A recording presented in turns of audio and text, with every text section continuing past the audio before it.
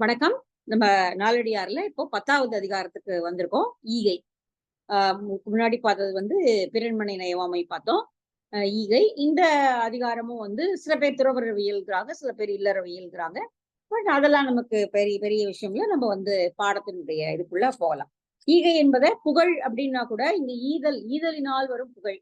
அதுதான் இந்த அதிகாரம் முழுக்க முழுக்க சொல்லுது. இல்லை என்று வருபவர்களுக்கு கொடுக்க வேண்டும். எவ்வளவு முடியுமோ அவ்வளவு கொடுங்க. அதுதான் இந்த அதிகாரத்தினுடைய 10 பாட்டுன்னு சொல்லக்கூடிய பொருள் வந்து இது ஒண்ணுதான். நிறைய இருக்கிற நம்ம முன்னாடியே ஒரு பாடல் பார்த்தோம். நிறைய இருக்கிறவன் குடுக்கறதுக்கு பேர் கொடைன்னு கிடையாது. ஒண்ணுமே இல்லாதவன் தன்னிடம் இருப்பதையும் பகிர்ந்து கொண்டு கொடுப்பதுதான் கொடை அப்படின்னு ஒரு பாட்டு முன்னாடி நாலடியார்ல வந்தது. கிட்டத்தட்ட இந்த அதிகாரமும் அதே போலதான் சொல்லுது. எவ்வளவு இருக்குமோ இம்மி அளவு இருந்தாலும் அதையும் பகிர்ந்து கொடுங்கள் அப்படிங்கறதுதான் இந்த அதிகாரத்தினுடைய ஒரு அடிநாதமாக வரக்கூடிய ஒரு செய்தி. சரி, நம்ம பாட்டுக்குள்ள போலாம். ஈகைய வந்து தர்மர் வந்து தர்ம உரையாசிரியர் என்ன சொல்றாருன்னா, தர்மர் இதுல வந்து தர்மர் பதுமனார் விளக்க உரை 3 இருக்கு இந்த புத்தகத்துல. தர்மர் என்ன சொல்றாருன்னா, புகழை குறித்ததுதான் அப்படின்னா கூட மறுமைக்கு உறுதி வேண்டும் அப்படிங்கறதுனால, அதாவது மறு லோகத்துல இறந்து போய் அடையக்கூடிய சொர்க்கத்துல அல்ல நரகத்துல நமக்கு கிடைக்கக்கூடிய பதவி என்ன அப்படிங்கிறத நீங்க இங்க கொடுக்கறதுதான் தீர்மானிக்குது அப்படிங்கிறதுனால ஈகை கொடுத்தல் அப்படிங்கறத வந்து சொல்வதாக சொல்றாரு. யாராக இருந்தாலும், வறியவராக இருந்தாலும், செல்வர்களாக இருந்தாலும் அவர்கள் எவ்வளவு முடியுமோ அவ்வளவை கொடுக்க வேண்டும் அப்படிங்கிறதுதான் இதனுடைய பொருள். சரி, இல்லா இடத்தும் இயன்ற அளவினால் உள்ள இடம் போல் பெரிது வந்து மெல்ல கொடையோடு பட்ட புனலுடை மாந்தர்க்கு அடையாவாம் ஆண்டை கதவு. ஒரே நிமிஷம்.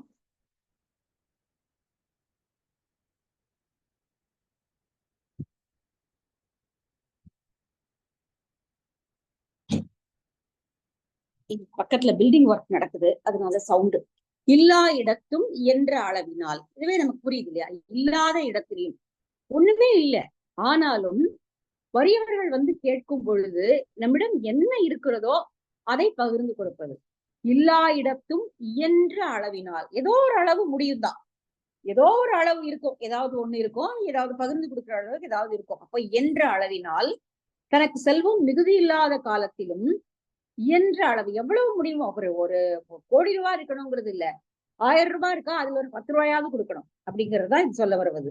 இயன்ற அளவினால் உள்ள இடம் போல் பெரிது வந்து மெல்ல கொடையோடு பட்ட குணனுடை மாந்தர்க்கு. உள்ள இடம் போல், உள்ள இடம் அப்படின்னா தனக்கு செல்வம் மிகுதியாக இருப்பதை பகிர்ந்து கொடுப்பது போன்ற ஒரு மனநிலையோடு. நிறைய இருந்தாதான் கொடுக்கணுங்கிறது இல்ல, கொஞ்சமா இருந்தாலும் அதுல இருக்கிறதையும் பகிர்ந்து கொடுக்கலாம் அப்படிங்கிற. அப்ப வந்து அந்த அந்த இடத்துல இந்த மனசினுடைய தன்மைதான் முக்கியமே ஒழிய பணம் என்பது முக்கியம் அல்ல. உள்ள இடம் போல் பெரிது வந்து, ஏதோ நிறைய என்கிட்ட இருக்கு, நான் தூக்கி கொடுக்குறேன் உனக்கு, இந்த அதுல கொஞ்சம் வச்சுக்கோ, நீ கேட்கிற வந்து கேட்கிற இல்லையா, அந்த உனக்கு கொஞ்சம் கொடுக்குறேன் அப்படி என்று சொல்லக்கூடிய அளவுக்கு அந்த மன பாவனை இருக்கு இல்லையா, அது ரொம்ப முக்கியம். இப்போ எவ்வளவோ இருக்கிறவங்க கூட கொடுப்பதற்கு தயங்கக்கூடிய நிலையை பாக்குறோம். ஆனால் ஒன்றுமே இல்லாதவங்க டக்குனு தூக்கி கொடுக்குற நிலைமையும் பாக்குறோம். அதுதான் இந்த பாடல சொல்லுது. உள்ள இடம் போல் பெரிது வந்து, நிறைய இருக்கிறது போல உள்ள இடம்ங்கிறது இங்க செல்வம் உள்ள இடம். செல்வம் உள்ள இடம் போல மனதை மகிழ்ச்சியோடு வைத்துக் கொண்டு மெல்ல கொடையோடு பட்ட குணனுடை மாந்தர்க்கு, அப்படி கொடை கொடுக்கக்கூடிய குணத்தை உடைய மாந்தர்கள், குணம்னா இங்க வந்து அந்த ஈகை குணமுடைய மாந்தர்களுக்கு அடையாவாம் ஆண்டை கதவு. ஆண்டைனா வந்து தலைவன், எஜமான் அப்படிங்கிற பொருள் கூட வரும். பின்னாடி நம்ம அப்படிதான் வந்து பயன்படுத்திருக்கோம். ஆண்டை, ஆண்டையே அப்படின்லாம் பாரதியினுடைய வசனத்துல வரக்கூடிய ஆண்டை, கட்டியடி ஆண்டே அப்படின்லாம் வரும். அது வந்து எஜமான், முதலாளி அப்படிங்கிற ஒரு பொருள்ல பின்னாடி இது பயன்படுது. இங்க ஆண்டை அப்படின்னு சொல்றது வந்து அடையாவாம் ஆண்டை கதவு. ஆண்டைன்னா இங்க மேல் உலகம், சொர்க்கலோகத்தில் இருக்கக்கூடிய கதவு இப்படி கொடுப்பவர்களுக்கு அடையாதது, அது அவர்களுக்கு அது திறந்தே இருக்கும். அடையாவாம் ஆண்டை கதவு, பிறருக்கு அது அடைந்துவிடும், மூடிவிடும், உள்ள போக முடியாது. ஆனால் ஏதோ தன்னிடம் ஒரு சிறிது இருந்தாலும் கூட அதை பிறருக்கு பகிர்ந்து கொடுக்க வேண்டும் என்று விரும்பி அந்த உள மகிழ்ச்சியோடு யார் கொடுக்கிறார்களோ அவர்களுக்கு சொர்க்கலோகத்தில் இருக்கக்கூடிய கதவு அல்லது மறுமையில் இருக்கக்கூடிய கதவு என்பது மூடாது, அது அடையாது, திறந்தே இருக்கும். அவ்வளவுதான் இந்த பாடல சொல்லக்கூடியது. அதுதான், தன்னிடம் இல்லாத இடத்திலும் கூட மிக குறைவான பொருளே இருந்தாலும் அதை பகிர்ந்து கொடுக்கக்கூடிய பெருமகிழ்வோடு கூடிய மனம் இருப்பவனுக்கு மறுமையை பற்றி கவலை வேண்டாம். அது அவனுக்கு அந்த ஆண்டை கதவு, அந்த லோகத்தினுடைய கதவு அவனுக்கு திறந்திருக்கும். அதுதான் இந்த பாடலினுடைய பொருள். இல்லா இடத்தும் இயன்ற அளவினால் உள்ள இடம் போல் பெரிது வந்து மெல்ல கொடையோடு பட்ட குணனுடை மாந்தர்க்கு அடையாவாம் ஆண்டை கதவு. அந்த ஆண்டை கதவு, அந்த உலகத்தில் இருக்கக்கூடிய கதவு அடையாமல் திறந்திருக்கும். எனவே எவ்வளவு முடியுதோ அவ்வளவு ஈகையை செய்யுங்கள். இவ்வளவு இருந்தா, ஒருவேளை என்கிட்ட இவ்வளவு இருந்தா நான் கொடுப்பேன் அப்படிங்கறதெல்லாம் இல்ல. அப்ப எவ்வளவு இருக்கோ அதுல கொஞ்சத்தை கொடுத்து உதவுங்க, அவ்வளவுதான். கொடுக்கணுங்கிற, அதனாலதான் அறம் செய்ய விரும்பு. நீ கொடுக்கறேங்கிறது செகண்டரி. அறம் செய்ய விரும்பு, முதல்ல அது, அந்த எண்ணம் முதல்ல வரணும், மனசுக்குள்ள வரணும் அப்படிங்கிறத அந்த இது சொல்லுது. அறம் செய்ய விரும்பு ஆத்திச்சொலி. இதே போல நிறைய குறள் இருக்கிறதையும் நம்ம பார்க்க முடியும். ஈகைங்கிற அதிகாரம் இதுலயும் இருக்கு. குறள்லயும் 133 அதிகாரங்கள்ல ஈகை என்ற அதிகாரமும் ஒன்று. அங்கேயும் இந்த கொடுத்தல் அப்படிங்கிறதுதான் அது சொல்லுது. குறள் சொல்லக்கூடிய ஈகையும் அதுதான். செல்விருந்து ஓம்பி வருவிருந்து பார்த்திருப்பான் நல்விருந்து வானத்தவர்க்கு. அதாவது ஒரு இல்லறத்தை நடத்துபவன் இப்படிப்பட்ட எல்லோருக்கும் விருந்தளிப்பவனாக இருக்க வேண்டும், கொடை அளிப்பவனாக இருக்க வேண்டும் அப்படிங்கறதுதான் அது சொல்லுது. சோ இதேதான். அதாவது இதே மாதிரி பாட்டு இன்னும் பின்னாடியும் வருது. இதே நாலடியார்ல 221 பாட்டு, கிட்டத்தட்ட இதே மாதிரி ஒரு பாட்டு வருது. நட்டார்க்கும் நல்லாதவர்க்கும் உளவரையால் அட்டது பார்த்துண்டல் அட்டுண்டல் அட்டது அடைத்திருந்து உண்டொழுகும் ஆவதின் மக்கட்கு அடைக்குமாம் ஆண்டை கதவு. நீங்க அடையாதான் ஆண்டை கதவு அப்படிங்கிறாரு. அந்த பாட்டுல 271 பாட்டு நாலடியார்ல அடைக்குமாம் ஆண்டை கதவு. உள்ள வச்சுட்டு கதவெல்லாம் தாப்பா போட்டுட்டு தான் மட்டுமே சாப்பிடுறவங்களுக்கு அந்த மேலுலகத்தினுடைய கதவு அடைந்து விடும். இங்க அடையாத கதவு, அங்க அடையும் கதவு. சோ 2 பாட்டுமே நாலடியார்ல இருக்கிறத நம்ம பார்க்க முடியும். சோ இவ்வளவுதான் இந்த பாடலினுடைய பொருள். இல்லாதவர்களுக்கு கொடுத்து உதவ வேண்டும் அப்படிங்கிறதுதான். சரி, 2வது பாட்டு பார்க்கலாமா? இந்த நம்ம ஏற்கனவே பார்த்த பல பொருள் தான் இந்த பாடல்ல வருது. முன்னரே சாம் நாள் முனிதக்க மூப்பு உள பின்னரும் பீடழிக்கும் நோய் உள கொன்னே பரவன்மின் பற்றன்மின் பாத்து உண்மின் யாதும் கரவன்மின் கைத்து உண்டாம் பொழுது. ரொம்ப சிம்பிள். முன்னரே சாம் நாள். நம்மளுடைய வாழ்நாள் என்பது எப்ப முடியும் நமக்கு தெரியாது. இது எப்ப வேணாலும் முடிஞ்சு போயிடலாம். அதனுடைய கால அளவு என்னன்னு யாருக்குமே தெரியாது. முன்னரே சாம் நாள் நமக்கு முன்னாடியே நிக்குது. நம்ம அதுக்கு ஏற்கனவே நிலையாமை அதிகாரம் 3 அதிகாரம் பார்த்துட்டோம். அதுல எப்படி நிலையாமை இருக்குங்கிறத விலாவரிய நாலடியார் பேசுகிறது. அப்போ முன்னரே சாம் நாள், நமக்கு முன்னாடியே நம்முடைய இறுதி காலம் நின்று கொண்டிருக்கிறது. அது எப்ப வரும், இப்ப நாளைக்கே வருமா, அப்புறமா வருமா, இன்னும் கொஞ்ச நாள் தள்ளி வருமா நமக்கு தெரியாது. சோ அதுல நமக்கு நிலையில்லாத தன்மை இருக்கிறது. முனிதக்க மூப்புல, அதோடு கூடவே வெறுக்கத்தக்க, முனினா வெறுப்பு, வெறுக்கத்தக்க மூப்பு சேர்ந்து விடும். இளமை காலம் இப்பொழுதும் இப்படி இருக்க போறது இல்ல, கொஞ்ச நாள்ல மூப்பு அடைந்து விடும். அது வெறுக்கத்தக்க மூப்பு. இந்த மூப்பை பெரும்பாலும் யாரும் விரும்புவதில்லை. அதனால மூப்பு பிறருக்கு அது ஒரு பாரமாகவும் ஆகிவிடக்கூடிய பருவத்துல அது எல்லாருக்கும் வெறுப்புடையதாகத்தான் அது இருக்கு. அதனால முனித்தக்க, யாவரும் வெறுக்கத்தக்க ஒரு மூப்பும் வந்துவிடலாம். பின்னரும் பீடழிக்கும் நோயுள. பின்னரும் இதோடு மட்டுமல்லாமல் பீடு அழிக்கக்கூடிய, தன்னுடைய பெருமையை அழித்து தன்னை படுக்கையில் சாய்த்து விடக்கூடிய நோய்கள் எது வேண்டுமானாலும் வந்து விடலாம். அதுவும் யாருக்கும் தெரியாது. இந்த நிலைமை எதுவுமே முன்கூட்டியே மூப்பு வேணா சொல்லலாம், சரி வயசாகும் அப்படிங்கிறது. மற்றது தெரியாது. திடீர்னு நோய் வருமா, திடீர்னு சாவு வருமா, எதுவுமே தெரியாது. அப்போ என்ன பண்ணக்கூடாது அப்படின்னா, கொன்னே வெறும்னு பரவன்மின் பற்றன்மின். பரவன்மின் அப்படின்னா பறத்தல். இதெல்லாம் எனக்கு தான் வேணும், எனக்கு தான் வேணும், எனக்கு என் தேவை வச்சுக்கிறேன், நானே வச்சுக்கிறேன் எல்லாத்தையும் அப்படின்னு பறந்து பறந்து அப்படியே வாங்கிக்கிறது பரவன்மின். பற்றன் மீன், பற்றுதல்னா ஒரு பொருளை அப்படியே கிராப் பண்ணி என்னோடதுதான் அப்படின்னு சொல்லி பச்சு தாமட்டு வச்சுக்கிறது. பரவன் மீன் பற்றன் மீன் பாத்து உண்மின் யாதும் கரவன் மீன். கரவன்னா கரவுதல்னா ஒழித்து வைத்துக் கொள்ளுதல். எது உங்களுக்கு கிடைத்தாலும் அதை பிறருக்கு கொடுக்காமல் ஒழித்து வைத்துக் கொண்டு சாப்பிடலாம் என்று நினைக்காதீர்கள். கைத்துண்டாம் பொழுது, உங்களுடைய கையில் கிடைக்குதும் என்றால் அது உணவாக இருக்கலாம், அல்லது பொருளாக இருக்கலாம், செல்வமாக இருக்கலாம், எதுவா வேணும்னாலும் இருக்கலாம். இருக்கும் பொழுது அதை கரவன் மீன், அதை கறந்து மறைத்து வைத்துக் கொள்ளாதீர்கள். அந்த பின்னாடி சவுண்ட் டிஸ்டர்பிங்கா இருக்கா? கேக்குதா? இல்ல ஓகே, சரி. அப்போ இதுதான் இந்த பாடலினுடைய பொருள். அதுதான், எப்போ உங்களிடம் ஒரு பொருளோ உணவோ எது கிடைத்தாலும் அதை நீங்கள் பிறருக்கு பகிர்ந்துண்டு வாழுங்கள். மாறாக நிறைய பொருள்களுக்காக ஆசைப்படாதீங்க. பறந்து பறந்து அப்படியே அத வந்து அப்படியே எல்லாம் எனக்கே தான் வேணும் அப்படின்னு சொல்லி பறந்து பறந்து சேர்த்து வச்சுக்கிறது. அப்புறம் வந்து அந்த பொருளை என்னுடையது மட்டும்தான் அப்படின்னு பற்றி கொள்வது. அப்புறம் ஒழிச்சு வச்சுக் கொள்வது. இதெல்லாம் நடக்கக்கூடியதுதான். அதனால இதெல்லாம் செய்யாதீங்க. காரணம், இறப்பு என்பது எப்ப வேண்டுமானாலும் வரலாம். அது நம்முடைய முன்னாடியே நிக்குது. அதை தவிர எல்லாரும் வெறுக்கக்கூடிய மூப்பு வந்து சேரும் பொழுது நீங்க சேர்த்து வச்ச பொருளை வச்சு ஒண்ணுமே பண்ண முடியாது. அதே போல பீடு அழிக்கக்கூடிய, பெருமையை அழிக்கக்கூடிய நோய் வந்த போது நீங்கள் இன்னொருவருடைய ஆதரவில் நிற்க வேண்டியவர்கள் ஆகிவிடுவீர்கள். அப்பவும் இந்த பொருளால பயன் கிடையாது. அதனால எப்ப கிடைக்குதோ பொருள் கையில் உண்டாகும் பொழுது, கையில இருக்கு அப்படின்னா அதை வந்து உடனே எல்லாருக்கும் பகிர்ந்து கொடுத்து வாழ தலைப்படுங்க. யாராவது வந்து கேட்டா இல்லைன்னு மறுக்காதீங்க அப்படிங்கிறது இந்த பாடல். ஈகைன்னா அப்படி செய்வதால புகழ் வரும் அப்படிங்கிறதுனால இந்த பாடல் இதற்குள்ள வைக்கப்பட்டிருக்கிறது. முன்னரே சாநாள் முனிதக்க மூப்புல பின்னரும் பீடழிக்கும் நோயுள்ள பொன்னே பரவன்மின். பொன்னேன்னா சும்மா இப்ப பாரு எல்லாம் எனக்குதான் இருக்காதுங்க. பற்றன்மின் பாத்துண்ணுதல்னா பகுத்து உண்ணுதல். பாத்துண்மின் பிறருக்கு கொடுத்து உண்ணுதல். பாத்துண்மின் யாதும் கரவன்மின் கை துண்டாம் பொழுது. கரவுன்னா ஒழித்து வைத்துக் கொள்ளாதீர்கள். பொருளை ஒழித்து வைத்துக் கொள்ளாதீர்கள். ஏனென்றால் அந்த பொருளால உங்களுக்கு பொருளால லாபம் உண்டு. எப்பன்னா கொடுத்து உதவும் போது. ஈத்துவக்கும் இன்பம் அப்படின்னு ஒரு வரியே உண்டு இதுல திருக்குறள்ல. ஈத்துவக்கும் இன்பம் அறியார்கொள் கைப்பொருளை வைத்திழக்கும் வன்கணவர்.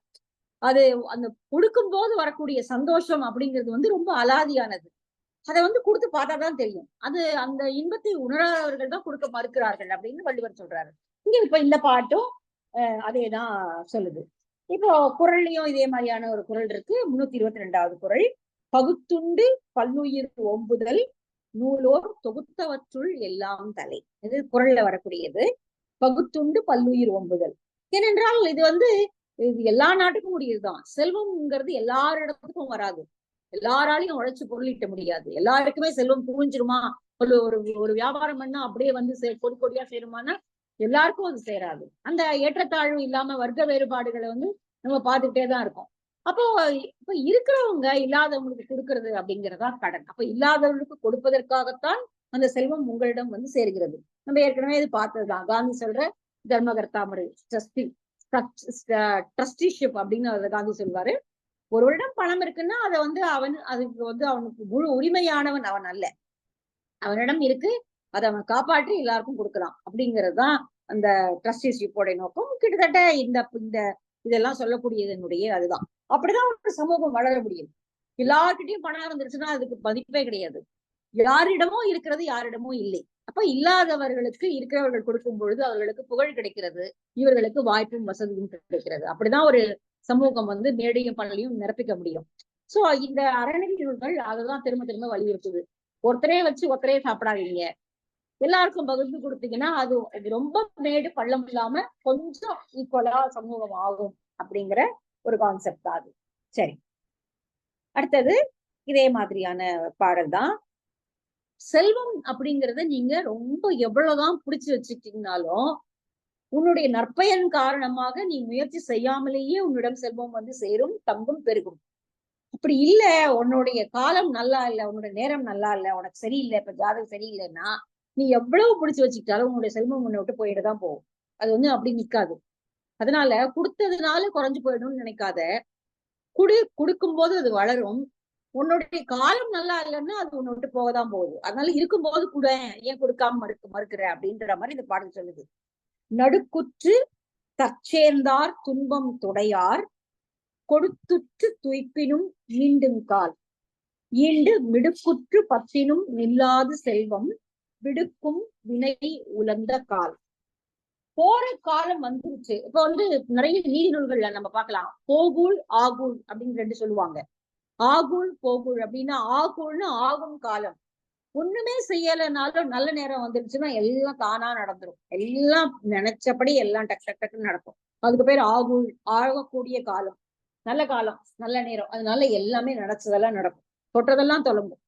போக்குள் அப்படின்னா எதுவுமே செய்யலைன்னாலும் தப்பே செஞ்சிருக்க வேண்டாம், போக வேண்டிய நேரம் வந்து விட்டது என்றால் கையிலிருந்து எல்லாமே போயிடும், நடந்து போயிடும். அதுக்கு ஒண்ணுமே பண்ண முடியாது. அது அவன் காரணமே இல்லை, அவனுடைய ஆகுள் போகுள் தான் காரணம் அப்படின்னு நீதி நூல்கள் அதையும் சொல்லுகின்றன. இங்க நீங்க குடுக்கறதுனால குறைஞ்சு போச்சுன்னு நினைச்சு பயந்துட்டு கொடுக்காம இருந்தீங்கன்னா அது தவறு. ஏனென்றால் நீங்க யாருக்கு கொடுத்தாலும் வளரக்கூடிய நிலை இருந்தது என்றால், அந்த அந்த நல்ல நேரம் இருந்ததால் உங்களுடைய செல்வம் வளர்ந்து கொண்டேதான் போகும். மாறாக இவங்களுக்கு கொடுக்கறதுனால எனக்கு குறைஞ்சு போயிடும், நான் வந்து அதை பத்திரமா வச்சுக்கிறேன்னு சொல்லி நீ எவ்வளவு வலிமையோடு அதை இறுக பற்றி கொண்டாலும் உன்னிடமிருந்து போக வேண்டிய நேரம் வந்து விட்டது என்றால் அது போய்விடும். அதனால செல்வத்தினுடைய நிலைமையே அதுதான். அதனால இருக்கும்போது கொடு, ஒன்னும் கெட்டு போயிட மாட்டே நீ அப்படிங்கிறதா இந்த பாட்டு சொல்லுது.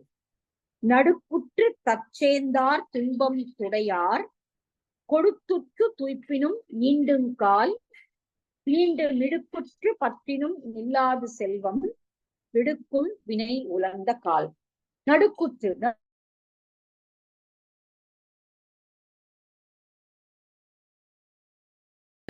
இப்படி எல்லாவற்றாலும் துன்பப்பட்டு நடுக்கத்தோடு என்ன செய்ய போகிறோம்னு தெரியாம நடுக்குற்று தற்செய்தார். உன்னை வந்து ஒருவர் அடைகிறார்கள், உன்கிட்ட பணம் இருக்குன்னு தெரியும், நீ செல்வந்தன்னு தெரியும், அதனால உன்னிடம் வந்து அடைகிறார்கள். தற்செய்தார் துன்பம் துடையார்.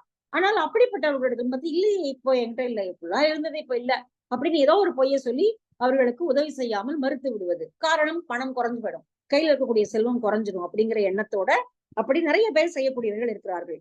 ஆனால் கொடுத்துற்று துய்ப்பினும், ஆனால் நீயே அதை அனுபவித்து இப்படி அவர்களுக்கு கொடுத்தாலும் கூட உன்னுடைய செல்வம் நிலைக்க வேண்டும் என்றால் அது உன்னை விட்டு குறையவே குறையாது, அது வளரதான் வளரும். துய்ப்பினும் ஈண்டும் கால், நிறைய அது சேரதான் சேரும். இவங்களுக்கு கொடுக்கறதுனால குறைஞ்சிருமோ அப்படின்னு பயந்துட்டு கொடுக்காம இருந்தீங்கன்னா அது தவறு. காரணம், உன்னிடம் வளர வேண்டும் என்று இருந்தால் அந்த செல்வம் நிச்சயமாக வளர்ந்தே தீரும். மாறாக மிடுக்குற்று பற்றினும், உனக்கு போகுள் வந்து விட்டது என்று சொன்னால் மிடுக்குற்று, மிடுக்குன்னா வலிமை, வலிமையோடு எவ்வளவு இழுத்து பிடிக்க முடியுமோ அவ்வளவு இழுத்து பிடிச்சுக்கலாம் அப்படின்னு சொல்லி நினைச்சு அப்படி இழுத்து பற்றி கொண்டால் நில்லாது செல்வம், அது செல்வம் போக வேண்டிய நிலைமை வந்து விட்டது என்றால் அது உன்னை விட்டு போயிடும் தான். அது நீ எவ்வளவு இழுத்து பிடிச்சாலும் அது உன்னோட நிக்காது. விடுக்கும் வினை உலர்ந்த கால், வினை உலர்ந்த கால், உன்னுடைய நல்வினை என்பது உலர்ந்து போய்விட்டது என்றால், தீர்ந்து போய்விட்டது என்றால் உன்னுடைய செல்வம் நீ எவ்வளவு இறுக பற்றி பிடித்தாலும் உன்னிடம் நிற்காது. அதனால நடுப்புற்று தற்சேர்ந்தாருடைய துயரத்தை உன்னிடம் பொருள் இருக்கும் பொழுதே அவர்களுக்கு தீர்த்து விட வேண்டியதுதான் நல்லது. என்றால் உனக்கும் நாளைக்கு அதே நிலைமை வரப்போகுது. இப்ப நாளைக்கு நீ எவ்வளவு வலிமையோட பிடிச்சு வச்சாலும் செல்வம் போகும் அப்படின்னா நீயும் போய் எங்கேயோ ஒரு இடத்துல கையேந்த போகிறாய். நம்ம ஃபர்ஸ்டே பார்த்தோம், யானை மேல சவாரி பண்றவனும் கீழே இறங்கி போகலாம். முதல் நாள் வந்து மறுசிகை வாங்கி உண்டவர்கள் கூட உணவில்லாம தனக்கு தெரிஞ்சவங்க வீட்லயே போய் இறந்து நிற்கக்கூடிய நிலைமை வரும் அப்படிங்கிற பாட்டெல்லாம் நம்ம முன்னாடி நாலடியார்ல படிச்சிருப்போம். அப்ப வந்து இங்க அப்போ உனக்கு வாய்ப்பு இருக்கும் பொழுது, செல்வம் இருக்கிறது, அதற்கான ஒருவர் உதவி கேட்டு வருகிறார் என்ற வாய்ப்பும் இருக்கும் போது அதை கொடுத்து உதவ பழகு. இல்லை என்றால் நீ எவ்வளவு இழுத்து பிடித்தாலும் செல்வம் உன்னிடம் இல்லாமல் போய்விடும் அப்படிங்கிறதா இந்த பாடல். நடுக்குற்று தற்சேர்ந்தார் துன்பம் துடையார் கொடுத்துற்று துய்ப்பினும் ஈண்டும் கால், ஈண்டுதான் சேரும், ஈண்டும் கால் ஈண்டு மிடுக்குற்று பற்றினும் நில்லாது செல்வம் விடுக்கும் வினை உலர்ந்த கால். உன்னிடமிருந்து போக வேண்டும் என்றிருந்தால் அது போய்விடும். அதனால மற்றவர்களுடைய துன்பத்தை துடைக்கக்கூடிய அந்த அந்த குணம் வந்து இருக்கணும். அந்த குணம் இருக்கிறது தான் அந்த பொருள் இருந்தாலும் போனாலும் அது மறுமையில உனக்கு கை கொடுக்கக்கூடியதாக இருக்கும். இருக்கும் போதே அவன் ஒண்ணுமே கொடுக்க மாட்டான், இப்போ இல்லாம வந்து நின்னா அவனுக்கு நம்ம கொடுக்கணுமா அப்படிங்கிற பேச்சு நிச்சயமாக நாளுக்கு வரும். அதனால பொருள் கொடுத்து அதனால கெட்டு போனவங்க அப்படிங்கிறது வந்து யாரும் கிடையாது. அவர்களுக்கு ஒருவேளை அவங்க பொருளை இழந்திருக்கலாம், ஆனா அவர்களுக்கு அவங்களுடைய பெயர் நிற்க போகிறது, அந்த புண்ணியம் நிற்க போகிறது. அதனால செய் அப்படிங்கிறத வந்து இந்த அறநூல்கள் வலியுறுத்துகின்றன. இதுக்கு இதுக்கு இதுக்கு இதுவா ஒரு பாடலை வந்து திருக்குறளுடைய மேற்கோளா கொடுத்திருக்காரு. எனக்கு ரொம்ப பிடிச்ச மேற்கோள் அது, எனக்கு பிடிச்ச குறள், அடிக்கடி கோட் பண்றதும் கூட. அதாவது உங்களுடையதான் அப்படின்னா அது அந்த பொருள் உங்களை விட்டு போகவே போகாது, உங்களதுதான், உங்களுக்கு தான் அது வரணும் அப்படின்னா நீங்க முயற்சி செய்யாமலே கூட அது உங்களை வந்து சேர்ந்து விடும். இல்ல அது எனக்கு வேணும், என்னோடதுதான், எனக்கு தான் வேணும் அப்படின்னு சொல்லி நம்ம ஒரு பொருளை இழுக்க பிடிச்சாலும் கூட அது நம்மளோடது இல்ல, நமக்கானது இல்ல அப்படின்னா நம்மளை விட்டு நம்ம எவ்வளவு கெஞ்சினாலும் அது நிக்காது, அது போயிடும். அது மனிதர்களாக இருக்கலாம், உறவுகளாக இருக்கலாம், நட்பா இருக்கலாம், பணமா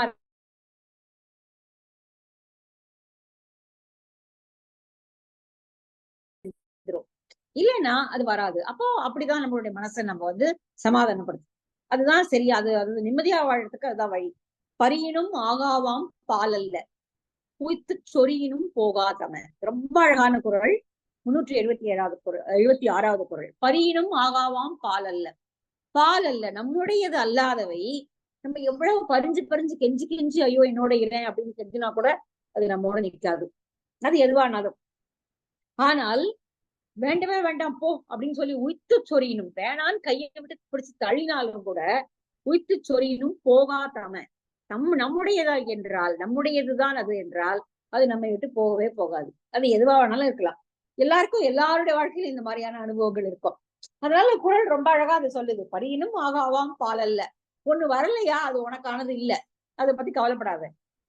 உன்னை விட்டு போகலையா, நீ எவ்வளவு தள்ளினாலும் அது உன்னிட்டு போகலையா, அப்ப அது உன்னோடதான், சந்தோஷமா அதோட இது, அவ்வளவுதான். அது எதுவா இருந்தாலும் சரி அப்படிங்கறதுதான் அந்த குறள். கிட்டத்தட்ட இந்த பாடலுக்கு அதான் சொல்றாரு. உன்னுடைய செல்வத்தை நீ கொடுக்கறதுனால ஒன்னும் நீ வந்து கீழ் இறங்கி போயிட போறது இல்லை. என்றால் செல்வம் இருக்க வேண்டிய நிலைமை இருந்தால் அது உன்னோடதான் இருக்கும், உன்னிட்டு போகாது. இல்ல அது போகக்கூடிய நேரம் வந்துருச்சுன்னா ஒண்ணும் பண்றதுக்கு அது ஒன்னுட்டு போயிடும். அதனால உன்னிடம் பொருள் இருக்கும் பொழுதே நடுக்குற்றி யார் வருகிறார்களோ அவர்களுக்கு உதவி செய்ய பழகு அப்படின்னு இந்த பாட்டு சொல்லுது. ரொம்ப அழகான பாட்டு இல்லையா? ஆமா. சரி, அடுத்த பாட்டு இதே கிட்டத்தட்ட அதேதான். இம்மி அரிசி துணையானும் வைகளும் நும்மில் இசைவ கொடுத்து உம்மின் உம்மை கொடாதவர் என்பர் குண்டு நீர் வையத்து அடா அடுப்பினவர். அடா அடுப்பினவர், அடா அடுப்பினவர்னா நெருப்பு பத்த வைக்காதது. அது நெருப்பு அடுப்புல நெருப்பு பத்த வைக்கிறது இல்ல அப்படின்னா ஒண்ணும் இல்ல, இருந்தாதானே பத்த வைக்கிறதுக்கு. அதனால அடாத அடுப்பினவர்னா இரவலர்கள். இரவலர்கள் வந்து வீட்டுல எங்க அடுப்பு பத்த வைக்கிறது, அவங்க தான் இறந்து தானே வாழறாங்க. அப்ப அவங்க கிட்ட என்ன இருக்கு, அதனால அது அடா அடுப்பினவர். அவங்க வந்து உங்களை இறப்பவர்களுக்கு அவங்க வந்து உன்னை கேலி செய்யும்படியாக அப்படி அப்படி வந்து கேட்டவனுக்கு ஒண்ணு கொடுக்காம அவன் அனுப்பிட்டான், அந்த மாதிரியான பழி வந்து உன்னை வந்து சேரும் அப்படிங்கறதுதான் இந்த பாட்டு சொல்லுது. இம்மி அரிசி துணையானும். இம்மி அப்படிங்கிறது ஒரு அளவு நம்ம இன்னமும் பயன்படுத்துறோம்.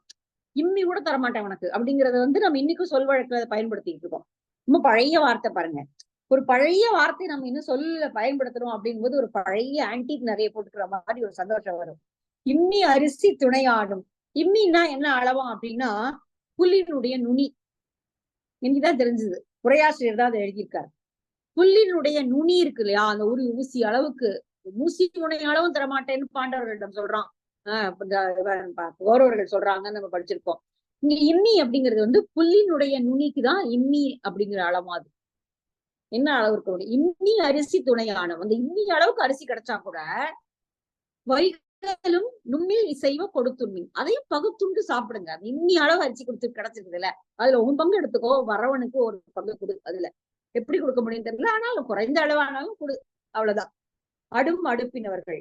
அப்போ அப்படி கொடுத்துண்மின் உம்மை கொடாதவர் என்பர்.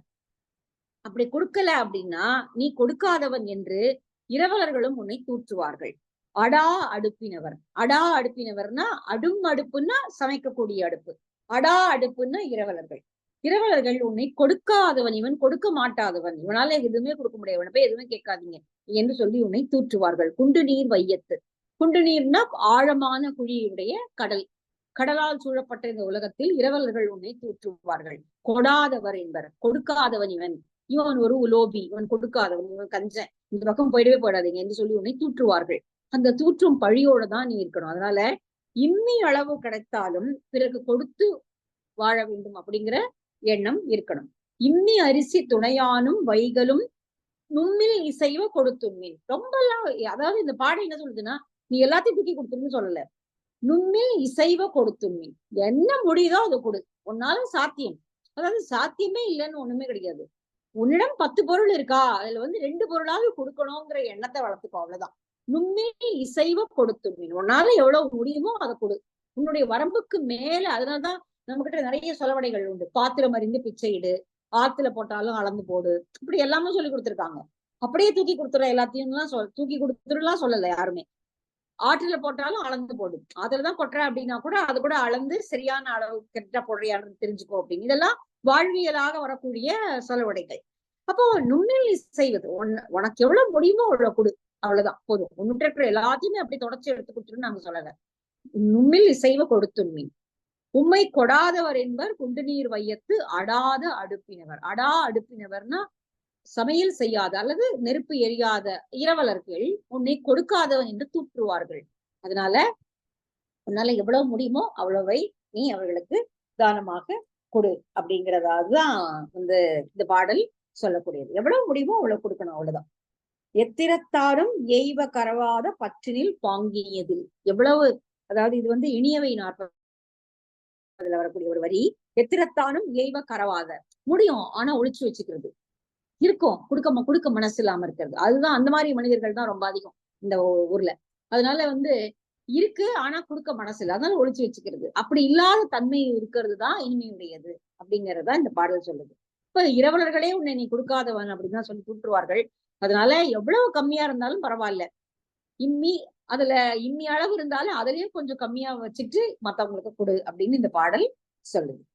மத்தங்காய் புல்லரிசி, இம்மின்னா புல்லரிசியினுடைய அளவுன்னு சொல்றாங்க. புல்லரிசினா வந்து அந்த புத்துக்கு கரையா புத்து மாதிரி வளர்ந்துருக்கிறதுல வந்து அது போய் எடுத்து இது பண்ணுவாங்க, அதுதான் புல்லரிசின்னு பேரு. கரையா புத்தை வந்து தோண்டினாங்கன்னா அது உள்ள எறும்பு புத்துக்குள்ள வந்து நம்ம அரிசியை அதை எடுத்துட்டு போய் ரொம்ப சாஃப்டா ஆக்கி வச்சிருக்கோம்.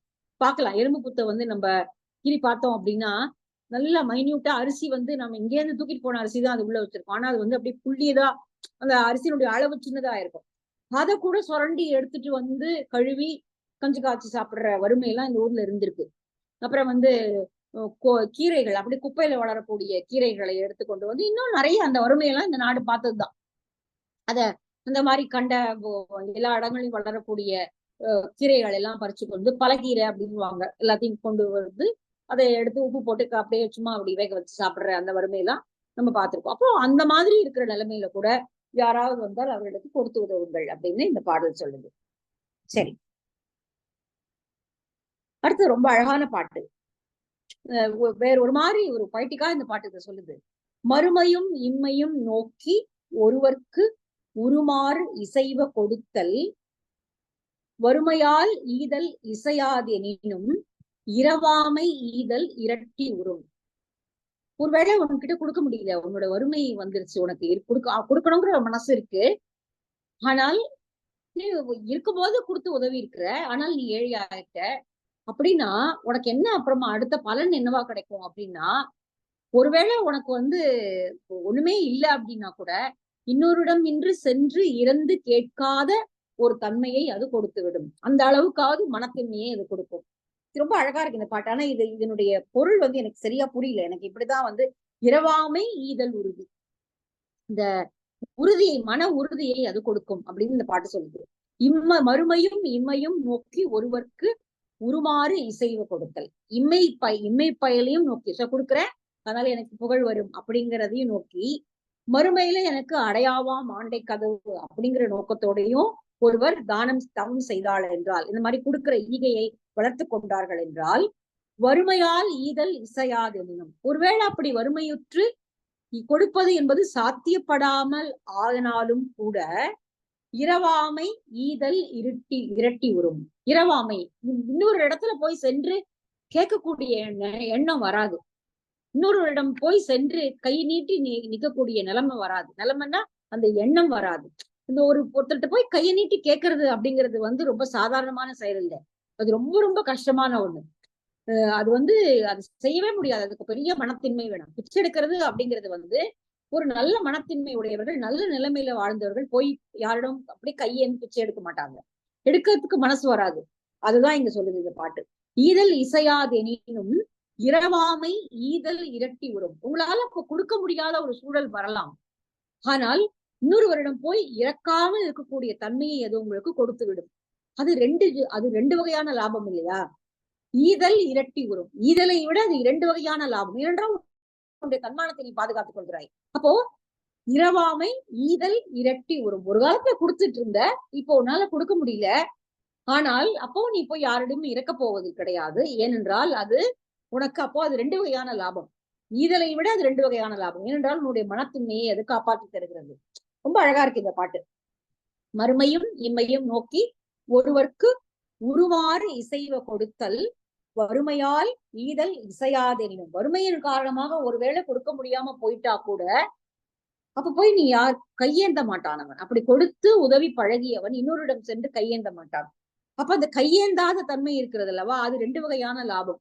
அது கொடுக்கிறதை விட லாபமானதான். அது தன்மானத்தை காப்பாற்றிக் கொள்வது அப்படிங்கிறதுனால அது கொடுத்து எடுத்த புகழை விட, கொடுப்பதனால வரக்கூடிய புகழை விட, இப்படி யாரிடமும் சென்று இறந்து நிற்காமல் இருப்பது அப்படிங்கிறது இரட்டை லாபம் உடையது அப்படின்னு இந்த பாட்டு சொல்லுது. ரொம்ப அழகான பாட்டு, ரொம்ப பொய்டிக்காவும் இந்த பாட்டு இருக்கு.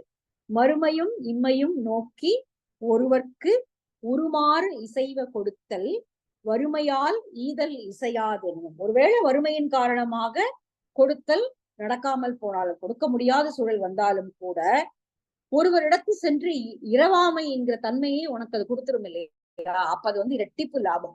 ஈதல் இரட்டி வரும். அது ஈதலை விட 2 மடங்கு வலிமை சேர்ப்பது, நன்மை சேர்ப்பது. அதனால உன்னுடைய தன்மானத்தை பணி விட்டுற மாட்டேன். அதனால யாராவது அப்ப இதுக்கு ரொம்ப அழகான ஒரு குறள் ஒண்ணு சொல்லியிருப்பாரு அவரு.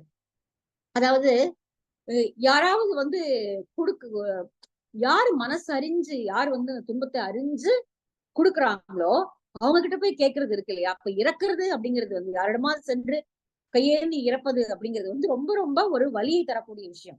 ஆனா அது கூட அழகுதான். சில நேரத்துல அது அழகாயிடும். எப்போ அப்படின்னா, யாரும் முகத்தை பார்த்த உடனே ஓ இவங்களுக்கு தேவை இருக்கு போல இருக்குன்னு சொல்லி உடனே மனசறிஞ்சு தூக்கி கொடுக்குறாங்க இல்லையா, அவங்க கிட்ட போய் அதை கேட்கறது அப்படிங்கிறது அது இன்னும் அழகு சேர்க்கக்கூடியதாக ஆகிவிடும். அது இன்பம் தான். அந்த இடத்துல அது துன்பம் இல்லை. கையை நீட்டின உடனே ஓ உனக்கு இது தேவையா, இந்த நான் தரேன் அப்படின்னு சொல்லி கொடுக்குறவங்க கிட்ட போய் கேட்கறது அப்படிங்கிறது அது ஒரு அழகை தரும். அந்த இறத்தல்ங்கிற அப்போ அது ஒரு துன்பகரமான நிலைமை இல்லை அப்படிங்கிறது அந்த பாடலினுடைய பொருள். சரி, இதோட நம்ம நிறுத்திக்கலாம். இந்த பாடல் வள்ளல் தன்மையினால வரக்கூடிய மனத்தின்மையை சொல்லுகிறது. சரி, மீதி 5 பாடலை நம்ம அடுத்த வகுப்புல பார்க்கலாம். பாய்.